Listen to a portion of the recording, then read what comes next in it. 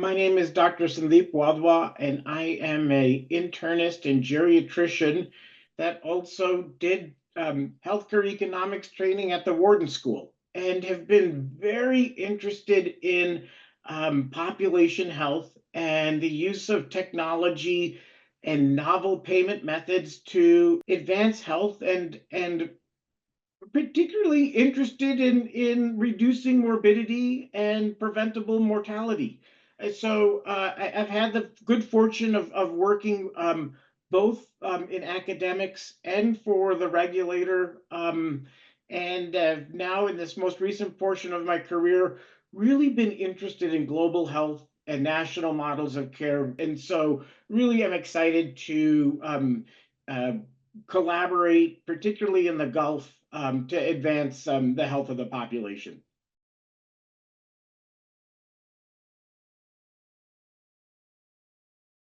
Benefit of using conversational AI, such as front end speech recognition, combined with ambient clinical documentation, is that this technology creates new efficiencies for clinicians um, while documenting in the electronic health record. It frees up time for the clinician so they can focus on delivering care, not on documenting it. With the ambient clinical documentation, we can record the patient, physician, family, physician conversation, and then leverage the generative AI to create a first pass of a clinical note. The clinical note will become a byproduct of the patient physician conversation, encounter, physical exam. And this allows the clinician to focus on the patient in front of them, to make eye contact, pick up on the nonverbal cues, instead of focusing on typing and clicking on the computer. And I think this also will have a measurable impact on the patient experience. Um, the clinician is focused on them. Clinician is focused on the family.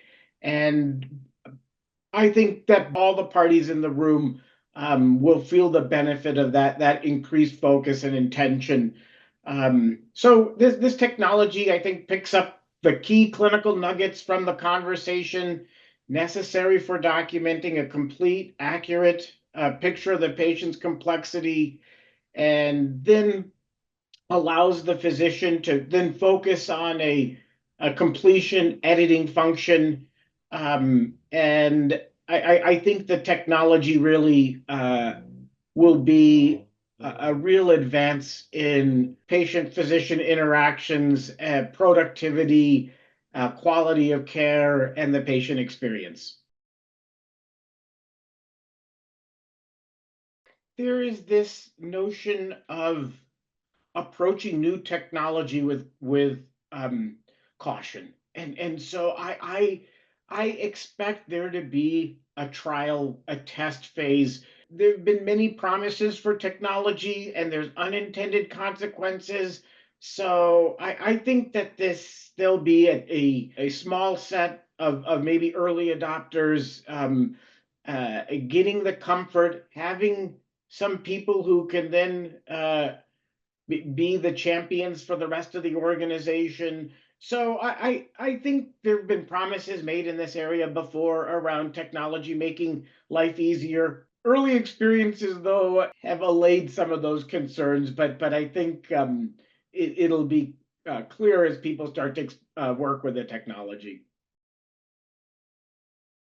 Four areas that come to mind. One is help in recalling a differential diagnosis. The brain is marvelous, but I think with some assistance, having thoughtful point of care differential diagnosis will help. I think maybe point two is we will see these tools helping in earlier diagnosis. There's a tension between a watchful waiting and missing a signal. I think that expanding of the differential early in a process with maybe an early set of symptoms may help get some conditions earlier to mind. Other factors that impact on health and well-being, social risks. genetic information. Life context matters. And so I think bringing these factors into consideration in a structured, thoughtful, and then, of course, the goal is to do this unobtrusively as possible. This holistic view of the patient is another dimension. While I'm a physician, I think of ourselves as being a subset of public health, that our work is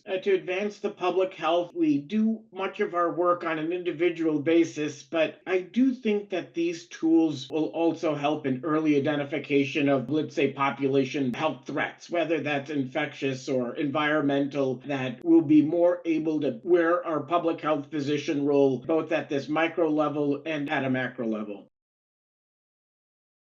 I think there is a need for better communication upfront about the use of technology and permission and respecting the patient's decisions. Maybe they don't want the conversation to be running through an algorithm, and that they should, we should think about having rights where the patient can say no. And I also think for the genetic information, there is an opportunity to draw upon that information and let the patient know that we have some biomarkers or genetic markers that are informing our decision. I think that the days of telling versus asking are there's a switch going on, that we are recognizing patients participate. When they participate, I think the quality of the treatment is enhanced. There is participation, there's greater understanding. So I think disclosure and consent have been parts of our ecosystem, but now that we're bringing in new tools and new data, we need to continue to not forget that those concepts extend to these areas as well. I've spent more time in the Gulf in the past 2 years than I feel like I'm in the U.S. where I'm based. It has been a joy to have had multiple visits to UAE, both to Dubai, to Abu Dhabi, and have partnerships with the regulators as well as with the health systems. And I think I've been so impressed with commitments to population health, commitments to thoughtful use of technology, issues of workforce participation, youth participation. And I've also had similar experience in Saudi, Qatar, and in Kuwait. And so just personally have been spending time in each of those countries. I even expect to be in Bahrain. And so the Gulf is, I think, at the forefront of these topics. I think both the health systems and the regulator are really advancing a population health perspective that's informed by technology. And it's a very exciting time to be working in the healthcare system in the GCC. Part of the challenges, I think, are making sure that the AI's training data set is not biased. And so I think that this notion of, even as we enter into the EHR, I think there's some prerequisites around explain to me that this training set you used is applicable. And it goes back to our earlier conversation around explainability and transparency. I think that these will be key for trust, not just, we've been talking about the patient's trust. I think there's also a physician trust.